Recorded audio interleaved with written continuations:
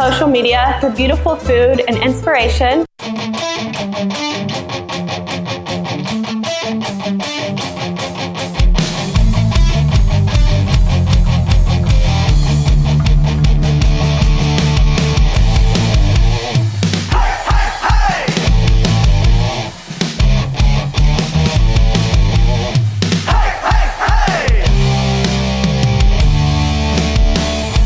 Shakes as the bass creates a space where your past is discarded. A pretty thing like you should never look so blue. Come on, the night's just started. 150 people in this house, but if you follow me, I'll get you the best seats. 150 people in this house.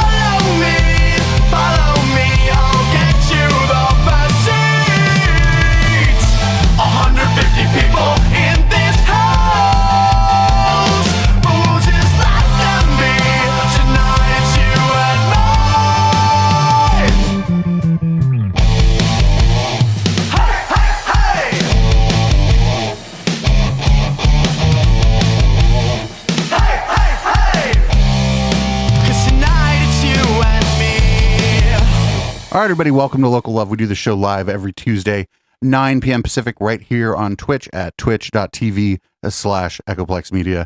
I'm producer Dave, and I'm going to bring in the rest of the crew here. What's up? What's up? We got Phil Johnson joining us. How you doing, Phil?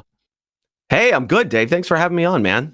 Man, thanks for sounding. Thanks for sounding like that. Holy shit, man! Hold on, I got a soundboard hit for you. At some point, we are going to have to do a whole show about how good this show sounds. And I got Johnny Corn sitting here in the studio with me. Hey, how's everybody doing? Johnny Corn. Hey.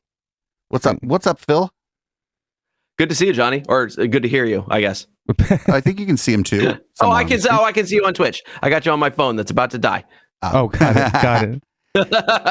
Oh, wait a minute. I didn't turn on J-Corn. You can turn on your own camera if you want on the bottom of that little thing. There's a little camera icon.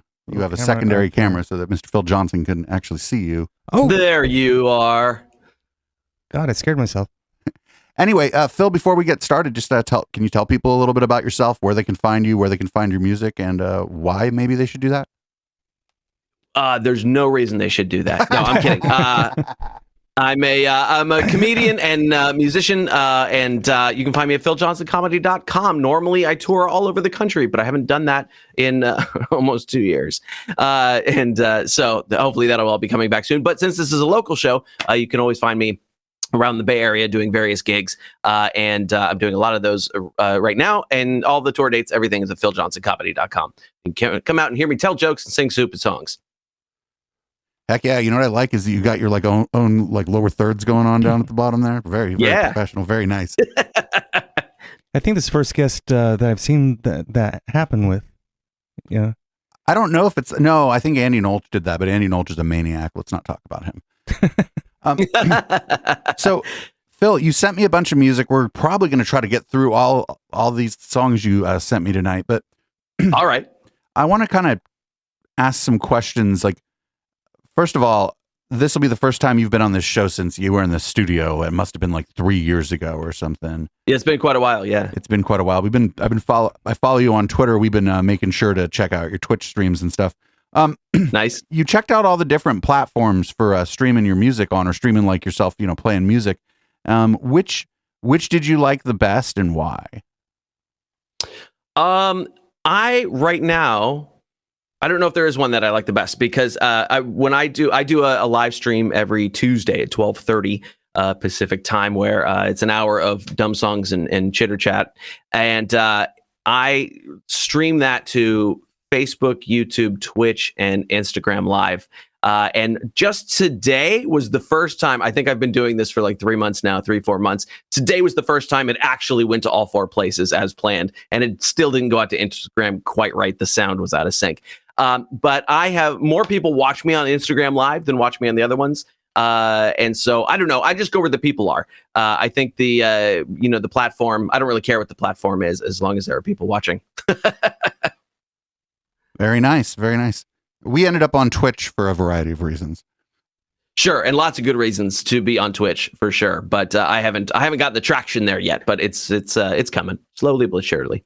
One of the things about Twitch, it took us a while to kind of get going here too. Local love's a little slow. Music Talk's just real difficult to like draw an audience because we don't get a big local audience. Sure. And like our usual people, some of them stick around, but some of them like they want to hear me make fun of somebody pointing their phone at the sky. They don't want to hear me like interviewing a musician, which is it's fine with me, right? But the thing about Twitch is if you're not broadcasting on here consistently, like several times a week at least, it's really hard to get any traction. We started having people show up and be regulars and kind of hang out like all the time once we started streaming basically every day. And that's like the big difference, I think, on Twitch. Whereas Facebook Live or Instagram or whatever, I think it's just a different scene where people are there like maybe for your music, whereas on Twitch, it's people want to be in a community. And so like to do the Twitch thing, you have to be willing to try to build a community. And I figure, the last thing you want to do is try to, other musicians have done a good job of it, but I think it's probably hard.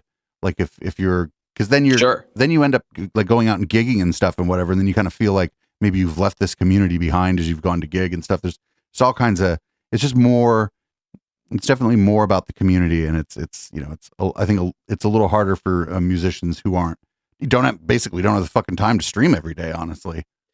That's a big part of it. And I've seen, and also I'm not a pretty blonde Norwegian girl playing guitar. I am. I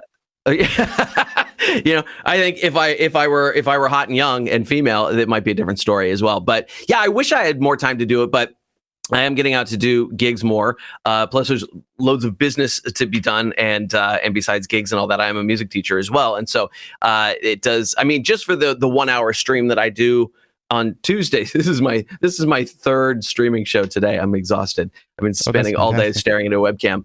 I wish I had more time to do it, but even the Tuesday stream that I do that lasts for an hour, I put in, an hour and a half or 2 hours of prep before I even come on, because I'm writing bits and I have sort of recurring bits and things that I do. And so it's time consuming, I wish I had more time to do it, but the business has to be done too. I got to go book them gigs. Johnny.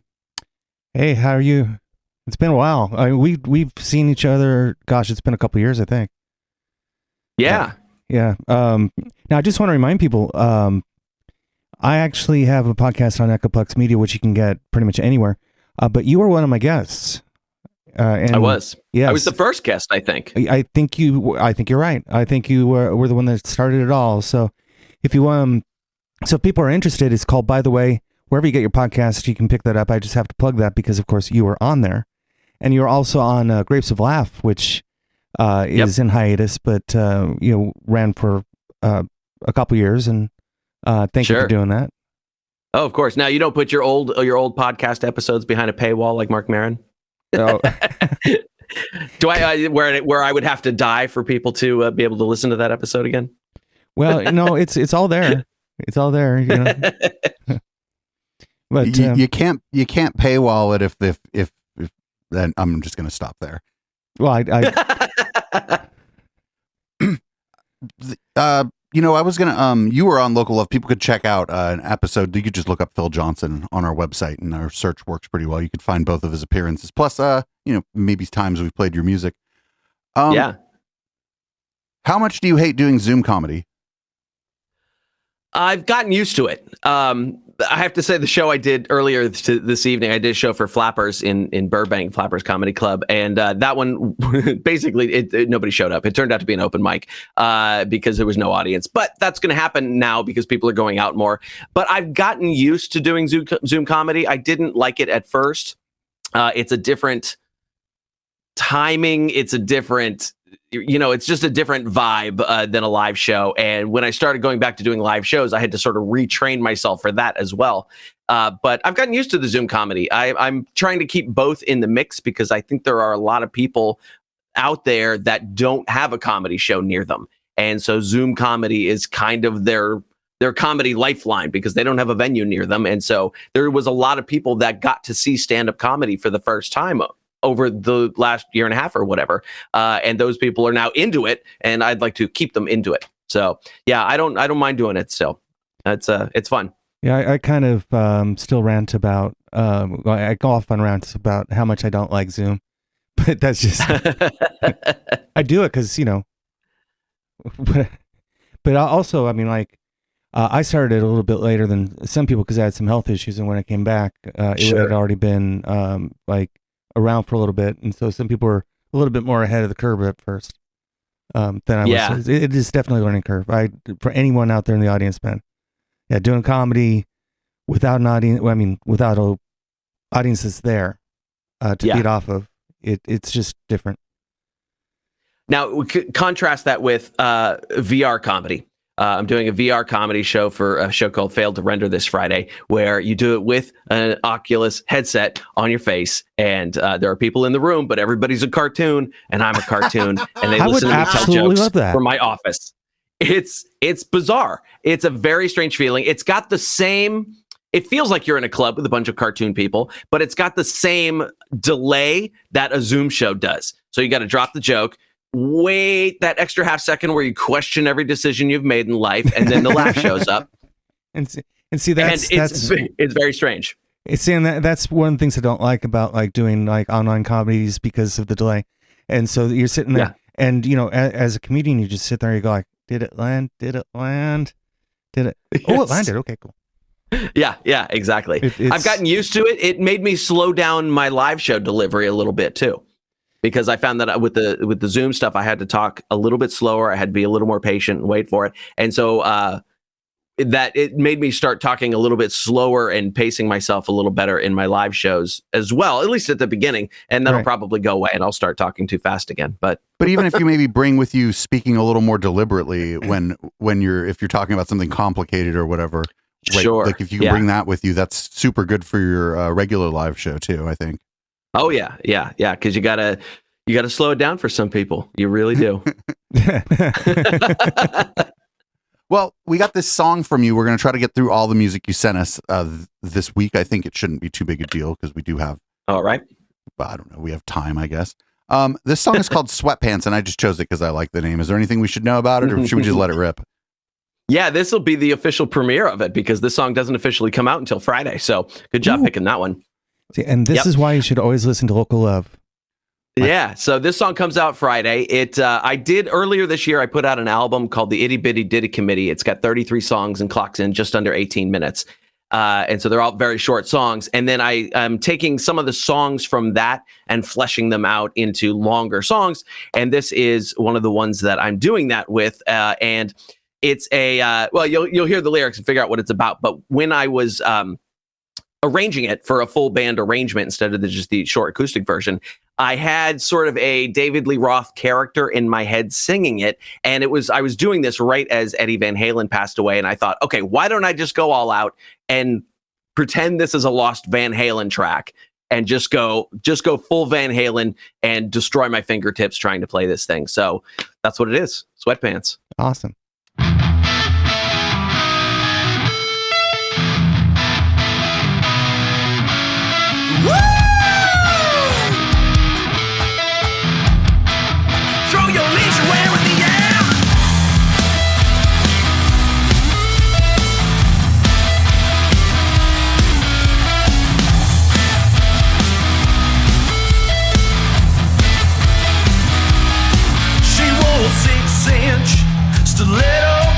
heels and a tight ass mini skirt.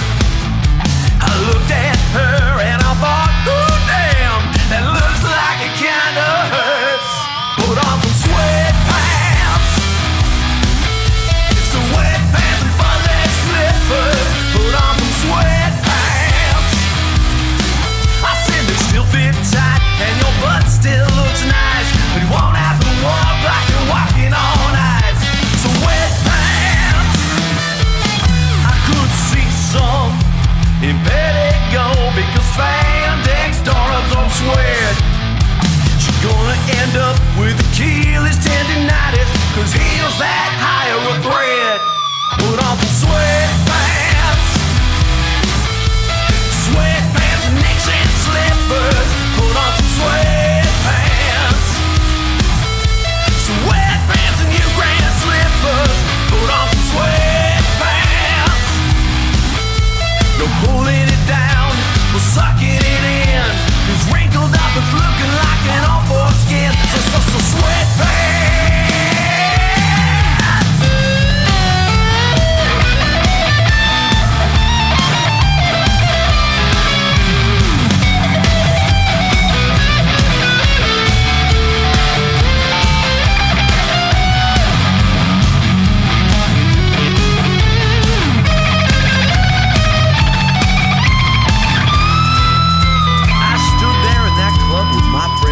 Boberly, and I said, hey Earl. He said, what? I said, hey Earl, you see that pretty lady over there with the high heels and the mini skirt? He said, indeed I do. I said, Earl, do you see how she has to keep pulling that skirt down so her charms don't fall out and cause the internet to fall about in hysterics? He said, indeed I do. I said, you know, Earl, you know what that's doing to her feet and her lower back? He said, indeed I do. I said, Earl, I think I should go tell her about it, maybe. He said, indeed you should. So I sashayed on over to this chiropractor's dream and I said, baby. She said, what? And I said, baby. She said, what?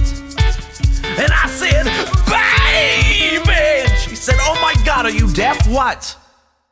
Put on some sweatpants, sweatpants and Thanos slippers. Put on some sweatpants, sweatpants and got-on slippers. Put on some sweatpants, legs at 4 and 8 instead of 6 and 6. I was there's no money spent on blister sticks. So sweatpants, sweatpants, sweatpants, sweatpants, sweatpants, sweatpants, sweatpants. 100% pre-shrunk cotton, baby. Boom. Fucking love There it that is. shit. That is fantastic, man. Thank you, guys. Thank you very much. That's the official world premiere right there. Juan, what'd you think of that? It's rocking, man. It's rocking my soul. Juan, you just arrived. Introduce yourself real quick. Oh, really? Super quick. Juan Maserati, keyboard player for Los Improviders, Rebels Camp, and your fam. Any bar mitzvah, call me up. I'm ready for you. Dude, Juan Maserati playing your bar mitzvah would be lit. Man, some rich kid's got to book both of you for their bar mitzvah. I think they'd get that'd be a fantastic. variety of experiences. Maybe have Jay Korn MC. Oh, I would love that. Yes. Tag team. So, Phil, I probably asked you about this on the last interview because one of the things that like struck me about you is usually when I've seen musical comedy, I haven't liked it. Right? Like when you see a guy come up at a comedy show with a guitar, I'm like, Yeah. oh no, this guy's not going to be very funny and not a very good guitarist, right? And then- Yeah, that's a common reaction. Yeah. right, and that may be incorrect. I maybe just saw a few people who weren't hadn't done the work or whatever. But what struck me about you is that the opposite is true. You're actually a pretty fantastic fucking guitarist, and you're funny as shit. And so, Oh, well, thank you. The thing is, if you think about, comedy as a whole, 80% of the comics out there aren't that great. There's 20% who are really good. right? And those are the people, those are the names that everybody knows. And then there's some that people maybe don't know that are pretty good. And then there's a bunch that aren't that great. Well, with comedy music, it's just a smaller pool.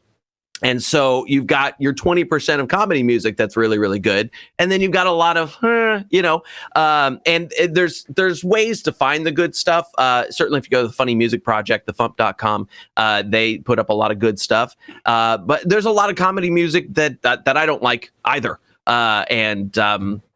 That's just the way it is. I listen to comedy music sparingly, but I mostly listen to regular music, even though I don't necessarily write regular music. And I do have years and years and years of study under my belt, classical and jazz, and I have a degree in music. So I try to use it whenever I can. And there were a lot of guitar chops in that last song that I have not used in quite a long time.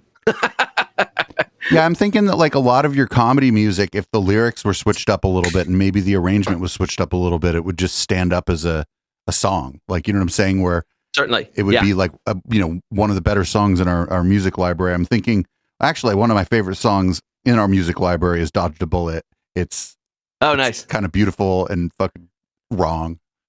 Yeah.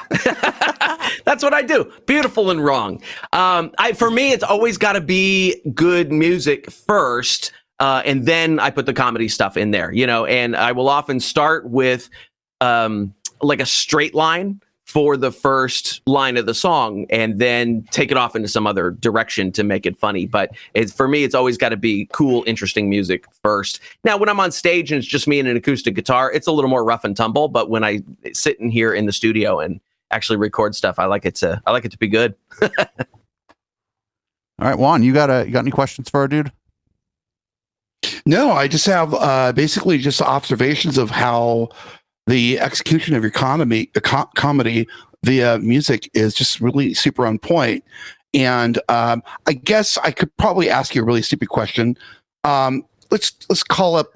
Would you say like Weird Al Yankovic in terms of any? Is there any influence, or do you attribute him as sort of being the person that possibly inspired you to go in this direction, or is there anything with it, Weird Al? I definitely grew up listening to Weird Al. I had the In 3D album on vinyl way back in the day, and I watched UHF a zillion times and things like that. That's such a Weird good Al movie. is the reason it's a great movie. Weird Al is the reason I don't do parodies, except for Hallelujah. That was the only one I did. And because I can't do it as well as he does it, so I do original stuff instead.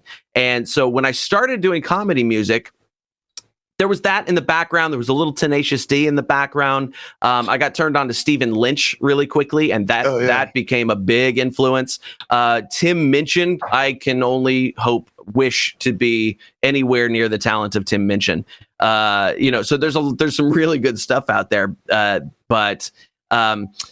Al was definitely in the background, but and I'm fairly picky about the comedy musicians that I do enjoy, even though there's quite a bit of stuff out there. But yeah, those are the guys like Lynch and Tim Minchin and Weird Al and Tenacious D and there's somebody else I'm spacing on that I can't think of right now. Sorry. Okay, real quick. Thanks, Holly people, for the raid. 30 Goats just raided into our chat, and thanks to Jay Victory Official for following the channel. We do Local Love on Tuesday nights. If you like seeing mediocre interviews with great local musicians from here in the Bay Area, you probably love this fucking show. Welcome to our channel. We usually do leftist politics, conspiracies, cults, and stuff. You'll like it around here. It's the most bizarre thing on Twitch, probably, if you show up here at 2 a.m. I'm going to keep rocking these tunes here. I got this. You mentioned this Hallelujah song, and I like how it has a question mark at the end of it. So this is the first, you said it's the first parody you've done or first parody you've put out. Is that right? It's the only parody I've done. And what it was, I wrote this back in, I don't know, 2013, 14, something like that. And I just put it out this year. I'd never recorded it before, but I had read a book all about the song Hallelujah, the Leonard Cohen song, that it's called The Holy or the Broken. It's a great book by Alan Light. And the whole book is about the crazy history of this particular song. And at the end of it, the author says, but I've never heard a really good parody. He said, I've heard a lot of, change heart to fart kind of parodies, but I've never heard a really good parody that actually parodies the song itself and its place in popular culture. And I was like, well, all right, challenge accepted, you know? And I did send it to the author and he completely ignored me. But when I played the song, people do tend to like it. So I finally did put it out. But yeah, people that like my stuff generally like this one. So this is an actual parody in the truest sense because it parodies the thing that I'm making, the song itself. Now, do you do this live? It just never released it, or?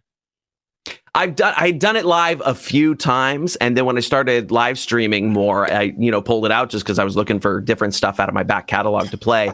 So I started playing it on there, and it's kind of caught on with the people that watch me there. And so I thought, well, okay, I need a new track to put out. Let's do that one. So I went and listened to the Jeff Buckley version, and man, the guitar work on that is just mind-blowingly cool. And so my version is based on his, but in my style of guitar playing, I guess, but it's closely related to his version. So we got a song called Hallelujah. It's by Phil Johnson and the Roadside Attraction. Before I play it, Wyatt Earth and Joy Drillco. Thank you for following our channel. You may one day live to regret it.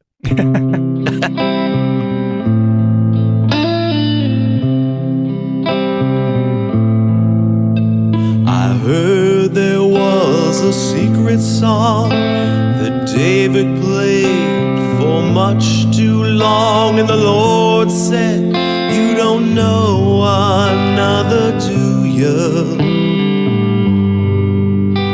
It goes like this, the fourth, the fifth, pretty basic chords if you catch my drift. It's another crappy version of Hallelujah. Hallelujah. Salagadoola, Magicaboola,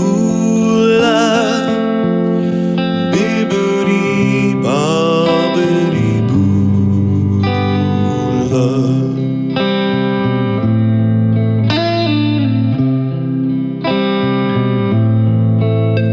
You had a party up on the roof.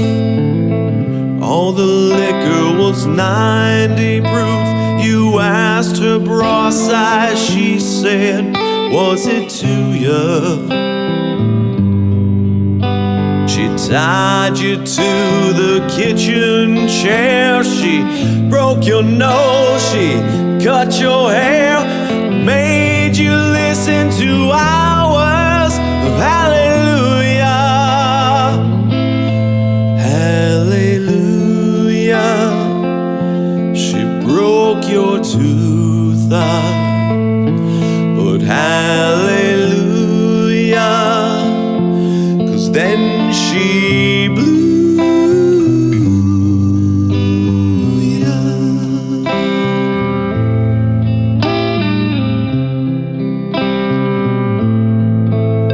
There was a time when we didn't know who Leonard was or Buckley, so we had to keep on listening to imagine. Now every time it's on the tube or covered by another rube, Leonard's bank accounts are screaming hallelujah, hallelujah, making moolah, bebop-a-lula,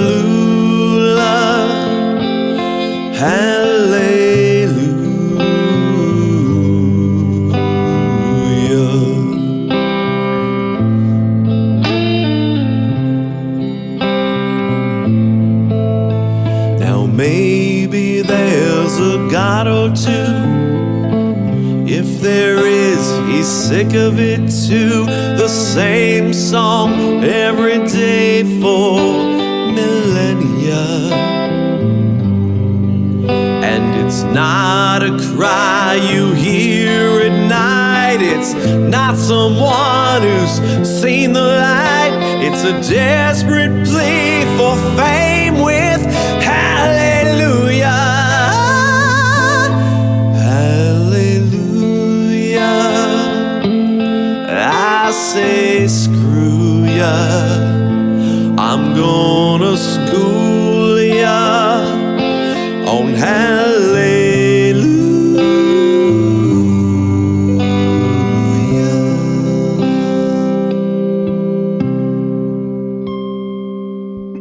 about as good as I thought it was going to be. That's fantastic. Yeah, my God. Dying. Outstanding. Thank you. I like Thank when you. you said that there might be a god or two who are also fucking sick of the song. Fucking good shit. Yes. My God. The cover.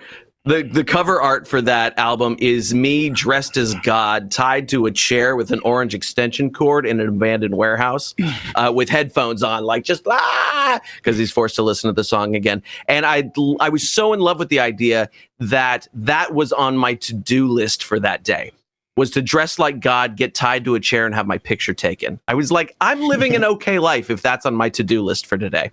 That's fantastic. Oh, man. I mean, lyrically, I'm a lyrics guy, and the one thing I really like about all of your songs, and that was a really good example, is just how brilliant the lyrics are, and not just good. Like you can do it all, man. Like you can do stand up, you can do music, you can do. I'm speechless. Choreography or no? Thank you. No, I'm terrible. A terrible dancer. Oh yeah. I think there's something also, you can't do? I think there's a nice change that's needed. Like if we can have more humor and comedy in our lives, as like more than ever, I think that's really, really awesome, man. Certainly, yeah, absolutely. And I mean that brings. I mean, a lot of the bands that I like that I listen to aren't necessarily comedy music acts, but they don't take themselves super duper seriously. I like a band that knows how to have fun with what they're doing. Like the opening song we played, that 150 people in this house song, there was elements of comedy in that song. Parts of it were funny, Yeah. They were looking for a bottle in a fucking house party. Like, come on, that's funny. They were like, there's no alcohol here. Jam. What the fuck? There's got to be a bottle hidden somewhere.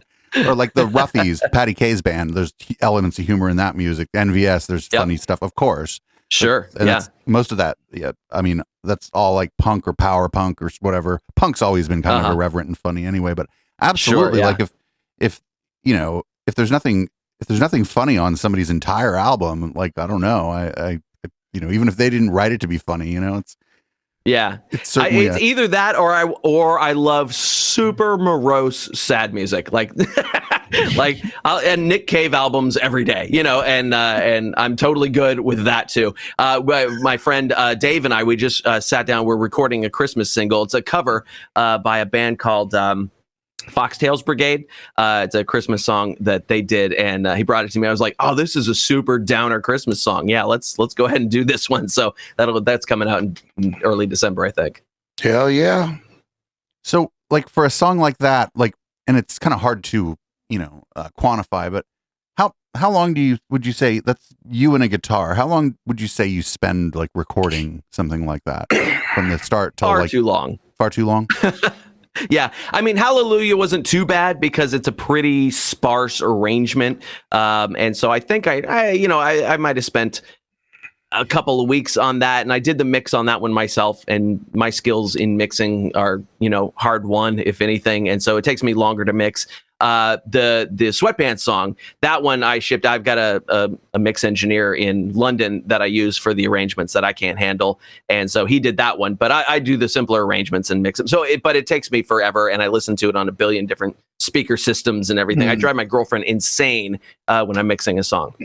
She's like, I never want to hear that shit again. You're like, well, you know what that means? It's done. Yes. Right. Yeah. When she never wants to hear it again. Yeah. She's not like, there's this one part, it sounds kind of weird. She's like, stop playing the song. You're like, oh shit, I'm done. Thank you. Oh, she still thinks parts of it are weird. She always has we do not have the same taste in music or humor. So that's it's always a trick. She always goes, I don't get what you're doing. Okay. All right. I know she doesn't love me for my humor, my sense of humor, or my money, because it's, she must love me for something else.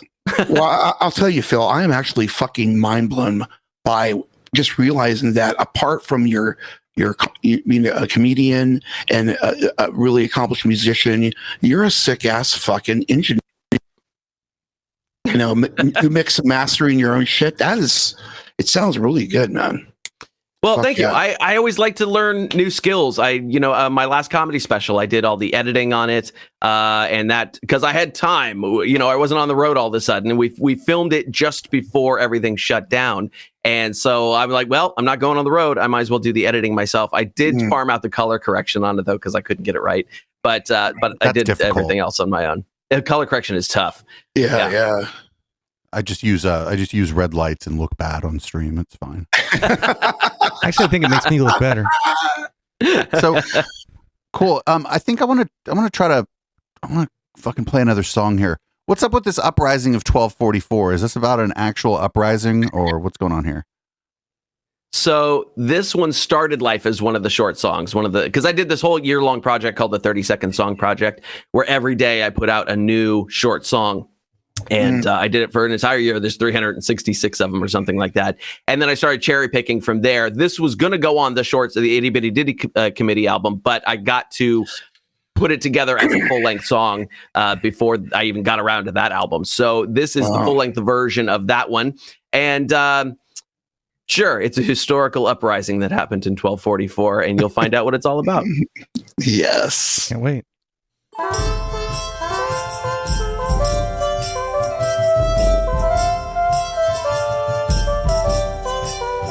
There once was a king who ruled over his kingdom with a benevolent hand at the will of the folk. And every magazine covered every item he sported. His comportment was perfection from sock to morning cloak. But then one dark day, he wore a plaid shirt with hot pants, and chance for removal from his throne were soon spoke. 'Twas the fashion uprising of 1244, when they took down the king because he dressed like a hipster.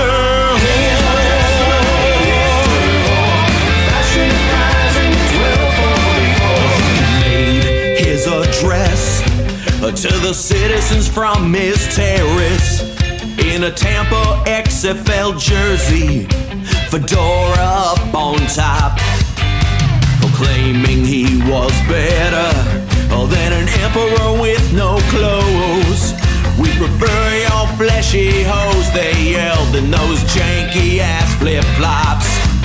They cheered and they yelled and called for resignation. The king just waved them off and walked away in vintage Crocs. It was the fashion uprising of 1244, when they took down the king because he dressed like a douchebag. I saw.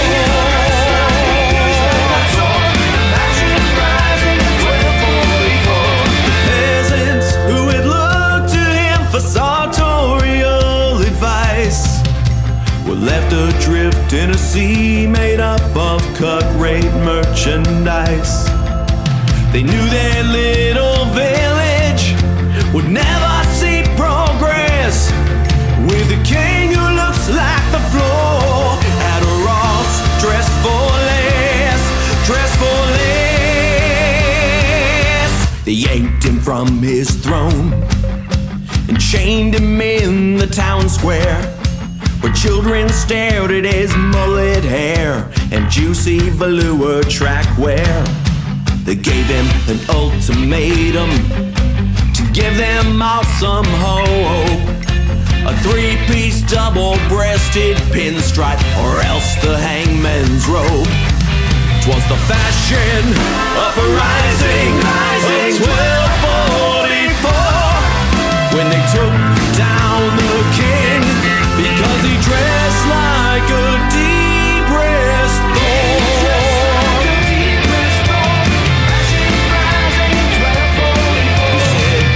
I shall not give up my sweater vest, and I shall not give up my parachute pants, my bedazzled cravat, will never be oppressed. My romper fits so tight, and it shows off my ass. He said, I shall not give up my sweater vest, and I shall not give up my parachute pants. My bedazzled cravat will never be oppressed. My romper fits so tight, and it shows off my ass. And the crowd rushed in with knives and scissors drawn to cut away the disarray and force a denouement. Till he stood there, just a naked man, like a broke co-ed with an OnlyFans. And the crowd said, dear God, we made a huge mistake, and we know we're not supposed to body shame, but now we can't unsee this atrocity. Body like a quick stop from high velocity, and you can wear anything you want. The fashion of the rising of 1244, when they covered up the king because his body looked like its own civil war. Looking like an accordion door, fashion rising 1244.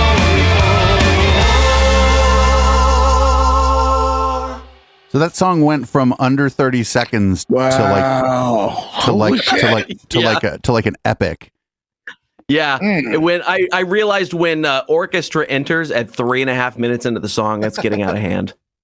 Well, man, that's fucking live. Like, live. It's the only way I can describe it right now. Thanks. I did not mix that one. My guy in London mixed that one. Wow. That's probably the funniest song I've ever heard in my life. Oh, thank you. That one took a long time. There's a lot of bits and pieces in that one. I gotta ask. I felt like there was a bit of orchestration going on as well. Was there something like? Yeah. It sounds like this massive arrangement, dude. There was. Yeah, I think it was. I don't know, 30, 35 tracks in that one, something like that. But yeah, I did bring in sampled orchestra bits and things like that in that middle section. Yeah, so it was nice to be able to flex some of my old orchestra arranging chops a little bit here and there too. So, yep. Yeah, it's awesome, fucking awesome. Yeah, someone in the chat was mentioning Bohemian Rhapsody, and I think that's probably a really good comparison. Yeah, same. I think the same person. I appreciate that. No, it wasn't the same person. One of our people in the chat, our chat like knows the music now. They're like, oh, well, you did the Spanish teacher one. Oh, that's Tracy. Tracy knows all of my music. Thank you, Tracy. Oh, Roland in our Rolandelli art. Yes, I do. Yeah, that's Tracy. Tracy Rolandelli. She's a great painter. If you haven't seen her stuff, you should see her stuff. I just assumed this person like came in here and then like caught on to everything on that. Okay. As she mentioned to me earlier, she said I turned her on to your show last time I was on it or whatever. I had mentioned it and she came in and listened, and now she listens to you all the time. So fantastic. Well, thank you. That's the kind of shit. That's the shit I do like. I like when people's communities can kind of find, like when people are doing something, I don't know, creative or whatever, and people from each other's communities are like, oh, I actually like that too. That's super cool. That's that's the point of having guests on the show. Yeah. Exactly. I just took a very long time to describe the simplest concept in the world. I'm sorry, everybody. I'm like, in fact, I will tell you how I met Tracy. Years ago, I was booked for a street fair in Oakland, and they booked me into a church courtyard where, as you can imagine, I'm not the most appropriate act. And I was definitely not then. And I actually sang a song called Asshole in a church courtyard in Oakland. And Tracy saw me there, and we've been friends since. So, yeah. Great. Well, Tracy, awesome. I didn't know her real. I'll still call her Roland because that's what I've been calling her in chat. Because she probably showed up like one night when I was drunk and I started like noticing her, right? And so I'm like, oh, whatever, that's Roland. Let's go. But yeah, Roland's been here most nights. Got jokes up in our Discord, posting stories and shit. Fuck, good shit. Nice. Good shit. I like it when the communities cross like that. It's real good. For sure. Yeah. And one thing, just to point out again, is if you look for, by the way, Johnny Corn, he was my first guest, and I believe that that was probably the best interview or best show of the entire run of that show. So you can find it anywhere you find podcasts. Just look up Johnny Corn or look up By the Way or whatever. I mean, want to go. to be fair to everyone else, Phil has been a good interview, and like Phil just kind of has his shit together and is there to present himself as a product or whatever. I know that's a weird way to talk about it, but we're in Silicon Valley. We have to talk about it that way so people believe us when we say we're from the San Jose area. But not everybody's ready to do that, and that's not what everybody's trying. When you go on to somebody else's show, you're trying to make their show good, right? You're not. Exactly. You're not just there to kick it and stroke your own ego or whatever. You're there to make what they're doing good, so that whether it's 5 people or 500 people, they're like, oh, that show was great, and Phil was part of it. Yeah. Yep. And certainly some people just aren't good at talking into microphones or talking about themselves. I did a podcast for 3 years where a lot of my guests were not used to talking into microphones because I was talking to it was a podcast about pirates, and so I was talking to treasure wreck divers and authors and historians and things like that. And a lot of those people were just not used to. These are guys who just go treasure wreck diving. They're not used to talking to microphones. So there was a ton of editing after the fact before the shows went out. But yeah, that's just the nature of some people, and you work around it. Well, one thing I point out is getting back to what Dave was saying is you put on a good show by having a good guest, and a good comedy producer puts out the best comedy because he knows it's not or she knows it's not about himself. You try to get the best talent because you want the best show, and then people give it's just that's how you put on comedy. Is you want quality, put the best people on. Period. For sure. Yep. And that's why I took advantage of you by having you on Grapes of Laugh. You didn't have to roofie me first, Jay. You maintained your composure quite well. I didn't even know that. High tolerance. Yeah, high tolerance. High tolerance. There you go. Shit. Fucking Phil, man. So we're gonna rock 2 more of your songs this evening. Super. So I got this a puggle named Fred here. Probably it's about a dog. It's about a dog. There's a dog in the song. And this one was going to go on the next Short Songs album. I'm doing another Short Songs album that'll come out early next year. I think it's going to be called Vignettes of Questionable Taste. But this one started out as part of the 30-second song project. And then I realized if I played a little bit slower and throw in a mandolin solo, I've got a whole song. So that's what this one is. And it just started with, again, a straight line with an interesting rhyme in it. And then I just kind of took it from there.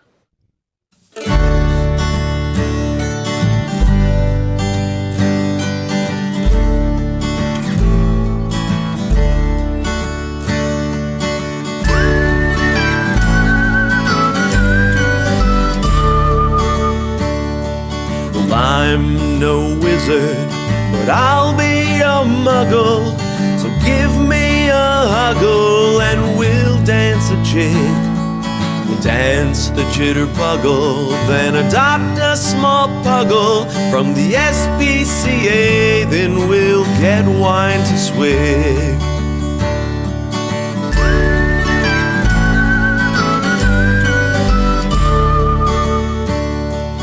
Wine will be juggled, then out come the druggles we got from some thuggles while avoiding the pigs.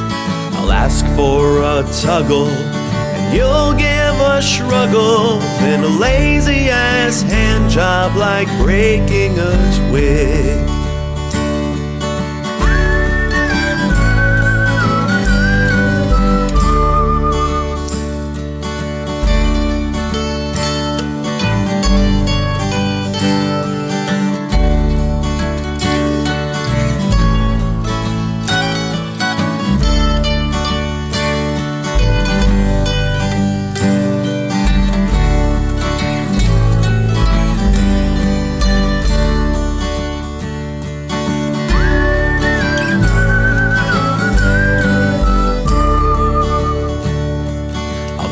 you a pluggle, though it's soft as a sluggle.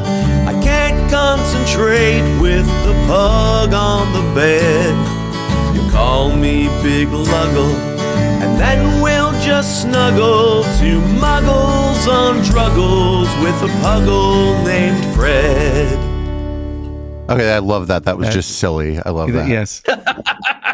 Thank you. Well Yeah, done. silly and dirty and romantic all at the same time. I think it really gets at sort of the inner workings of an intimate relationship where those kinds of things would happen, and it's a window inside a relationship. It's not my relationship. I just want you to know that. But yeah, No, it's definitely my relationship. Just kidding, Donna. Just kidding. but I thought it was fun. That's actually one of my favorite songs that I've ever written. I think it's fun, and I've never whistled on a song before. You know, that has two things that are not in enough songs: a mandolin and whistling. And whistling. All right. Yeah. I mean, they have. You used to hear that all the time. You know. Sure. Well, let's bring it back. If we add a mandolin to Guns N' Roses' Patience, then you've got your whistling and your mandolin right there. Ooh. Ooh, there's another song on That's that a album. song, right? There's another song on that album that is fucking pretty Yes. awful. Oh, I don't know if you know that. Oh, yeah. Let's do it. Yeah, I know. I Do know it. which one you're talking about. Yeah. Do it. Oh God, that 1 in a million song. Oh, Yeah, that one's rough. That one's rough. it's a little rough.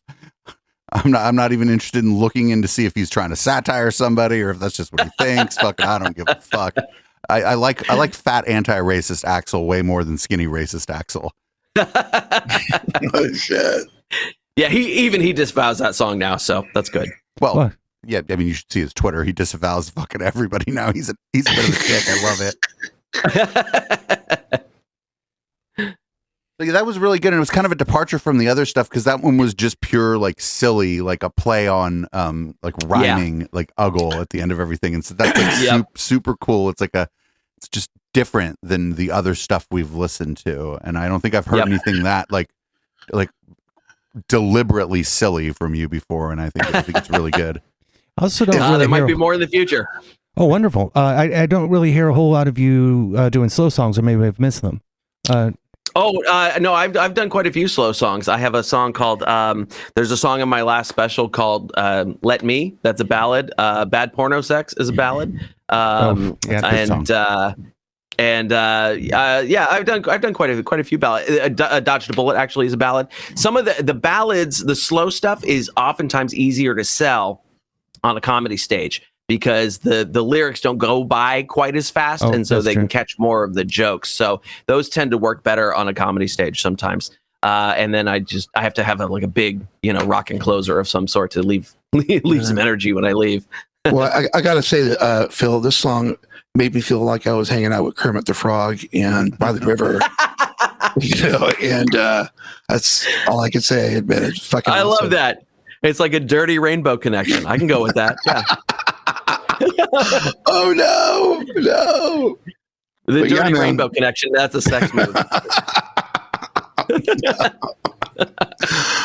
Oh, All right, we got word from the chat that it doesn't seem that 1 in a million was satire. Okay, that's too bad. Well, I mean, no, it's actually good for satire. I suppose that song wasn't attempting to be satire, right?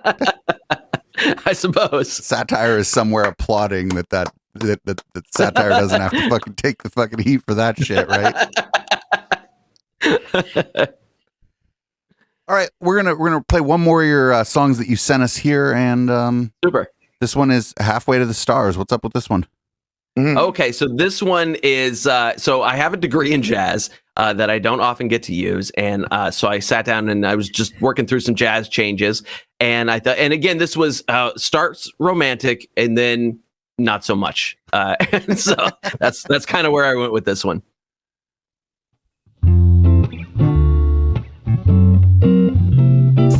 You and I could meet halfway to the stars,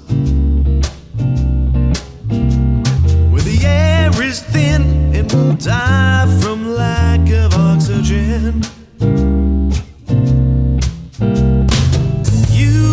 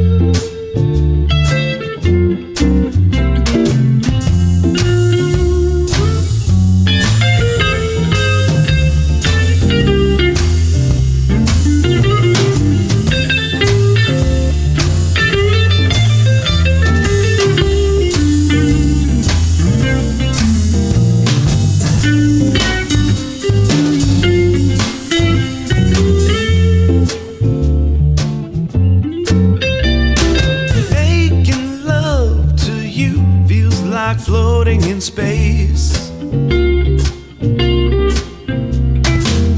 It's really cold and I can't breathe. I should be wrapped in layers of Mylar and Kevlar and Gore-Tex and Nomex and fiberglass protecting my face. 'Cause loving you feels like floating in space. Yo, that sounds like it should be playing in a nice Italian restaurant. Wow, dude. That thing was really just, it was an excuse to blow some jazz changes. I was like, I got 2 verses and a bridge, and let's do it. So, Man, I felt that swing, my brother. Felt it. Thank you. It's hard to record jazz by yourself because you're supposed to be reacting to the other people around you. So what I did is I would record, I think I recorded a drum part, and then I played the guitar parts, and then I re-recorded the drum parts, and then I laid the bass in, and then I re-recorded the guitar parts so that I kept relayering new reactions to what was going on around it, so I could sort of fake an improvised situation. Wow. That's actually a smart way to do it. Yeah, Yeah, it was an interesting experiment. no, it's an experiment that worked. Yeah.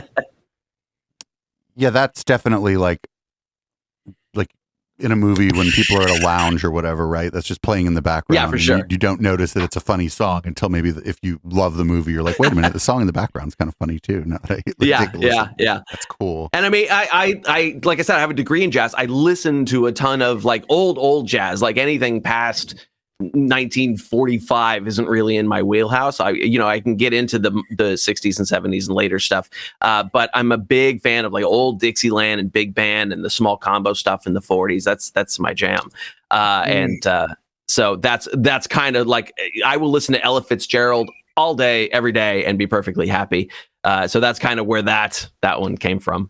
You know, what's interesting is my dad was heavy into that musical, not just genre, but time period. So I grew up listening to that. Nice. So, yeah, that is interesting you brought that up. Yeah, my dad as well. That's and growing up, he would always tell me about he was 13 and hanging out at the Black Hawk in San Francisco, watching Cannonball Adderley or somebody like that. And I was at the time I didn't get jazz, I didn't understand jazz, and it wasn't until college when I studied jazz because there was no rock program essentially, and that's when I really started to understand jazz and get more joy out of listening to it. But I really do like the old stuff, all the Louis Armstrong and Yeah, man. Billie Holiday and that kind of stuff. That's my favorite kind.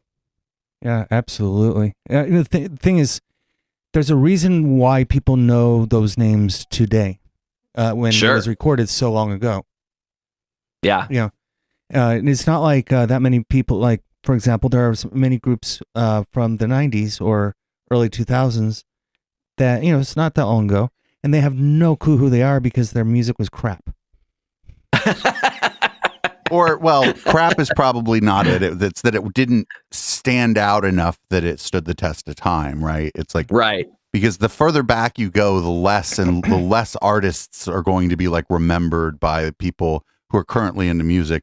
Like, because I'm a certain age, I'm going to remember hella more bands from the 80s than I am from the 70s. As more people get born, that just keeps getting shifted, further back. And so, if it's going to be from the 30s or 40s, it's going to be maybe not even the best artists, the artists that became the most famous. So they're going to be the ones that the average person is going to know about. Well, like Rolling Stone put out their newly revised top 500 songs of all time that they sourced from, 250 artists and people in the industry and things like that. And there's some glaring omissions on there. And there's certainly, when they go best songs of all time, it's like, okay, well, there's no Beethoven on here. So, let's not go all time. Let's say, and I don't think there was anything. Well, Billie Holiday's Strange Fruit on there, I think that's the oldest song on there, but there was no, anything from Louis Armstrong and the Hot Fives or Hot Sevens, or there was no Strutting with Some Barbecue. There's a lot of songs that nobody just thought to put on there. So when they say all time, okay, we'll mostly later. The problem I have with that whole list is that you're not on it. Well, I think a lot of musicians have that problem with that list. yeah. Like when they put out the top 100 podcasts, I'm hella pissed that I'm not one of them too. So Yeah. No, but I just want to just again really put it out there as to how well that you're in every song that you draw out there is the way you mixed it or whatever, but it's like your vocal sits perfectly in the mix, and it's it's pristine, and it's just it really makes you want to listen to the song and really dig in and listen intently, because everything just sounds fucking good, man. And thank you. Sick. I try really hard, and my mixes take a long time. And when I can't do it, I send it to the other guy and let him do it, which costs me way more money, but it's often worthwhile when he does it. And I will tell my girlfriend that you said that, because she thinks I always mix my vocals too low. I think it's perfect. Yeah, you can hear them. Yeah, yeah, exactly. I don't like it to stand too far out front, because I like to reward repeat listening. I like for some of the jokes to get by you the first 2 times, so that the third time you go, oh, I never heard that line before. Which is still making the song new, right? You keep rediscovering. Right. Yeah, because there's only so many times you can listen to a comedy song before you hear all the jokes. And I mean, that's there are comedy songs that I can listen to, but I don't laugh at them anymore. I just listen to them as a good piece of music, And so that's what I try to. I want it to be so that when the jokes aren't funny anymore, when they're coming, that it's still a listenable song that you want to go listen to. I think that's the. I think that's going to be the standard or whatever. I think for comedy music is. Yeah. If you know all the jokes, it's like a good movie, right? You can't spoil a great movie. It's the same thing, right? Yep. Yeah. How many times have I seen Die Hard? Well, yeah, it doesn't matter which movie it is. If you think it's great, it doesn't matter that you know what happens. And it's the same thing with actually a good song too, because the first time you hear a great song, you hear a bunch of surprising stuff musically from it too. So, once something's no longer novel, if it's still enjoyable, then it's a good piece of art, I suppose. Yeah. Yeah, and that's what I shoot for. And the nice thing about doing comedy music is that I'm not strapped into a particular style. Because as long as it's funny, I can do whatever serves the lyric as far as a style, and that allows me to do a bunch of different stuff that I wouldn't be able to do if I were in a metal band, and had to do the same thing in that style, Right. And so that's part of what pushed me in that direction, was oh, I can do anything, really? Okay. Okay, great. Well, Yeah, man. hey, thanks for joining us. We're going to jump on over to the post game. Y'all are welcome to stay for a little bit on the post game, but eventually I'm going to kick you all off. Phil, before we play Miss Garcia, the legend of Miss Garcia, for the billionth fucking time around here, where can people find you? Which of the services is best for you if people decide they want your music? Which service would you prefer them to use to get your music? I pretty much push Spotify. Although if you go to roadsideattraction.com, or if you go to media.roadsideattraction.com, that's my Bandcamp page, which of course I make more money if you do Bandcamp, but that's downloads. If you're just streaming, I usually push the Spotify stuff. Just look for Phil Johnson on Spotify. And PhilJohnsonComedy.com is the place to get my latest comedy special, Burning Sensation, as well as all my albums and films and comedy specials, and all that stuff is there. Tour dates, everything. Well, it's been a lot of fun going through and basically having a listening party with the music you sent us. Thank you. I appreciate it a whole bunch. And Thank you. If you're on remote or you're sitting in the room with me, stay put or get lost. Doesn't matter to me. I'll be back with some post game after this. And in a little while, we'll be doing the crazy. Thanks, podcast listeners, for checking out Local Love. Follow us at twitch.tv/Echoplex Media. We're closing out with the legend of Miss Garcia.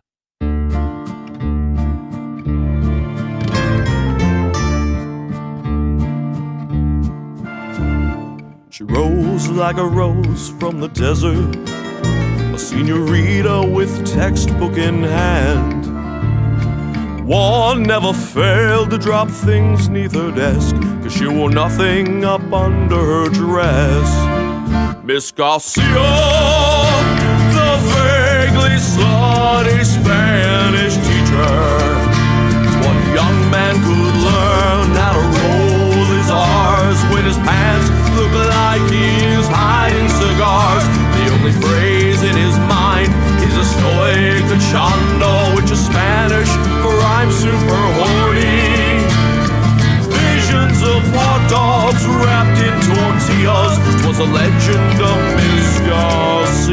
ya.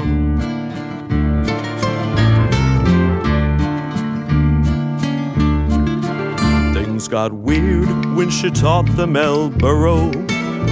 It's a donkey or ass, she would say. Now use it in a sentence, Frank, you're up to bat. Said, can I wear your burro as a hat? Miss Garcia, the vaguely slutty Spanish teacher. The girls in the class conjugate verbs correct. The boys cannot think cause they're fully erect. She tells them El Gato, he's mean pussycat. And 10 boys run for the bathroom, except for poor Carlos, cause she is his tia. Was the legend of Ms. Garcia.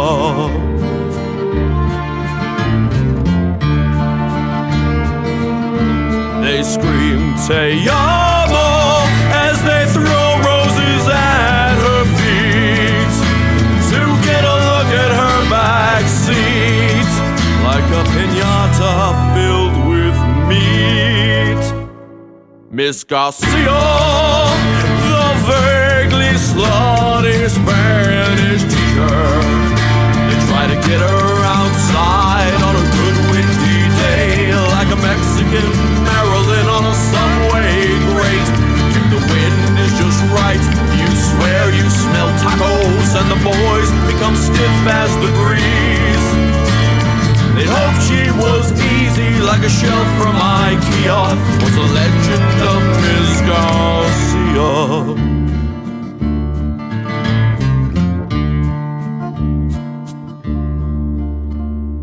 To me, it was hearsay and rumor, second-hand knowledge at best. My own thirst for truth would never be quenched, because I told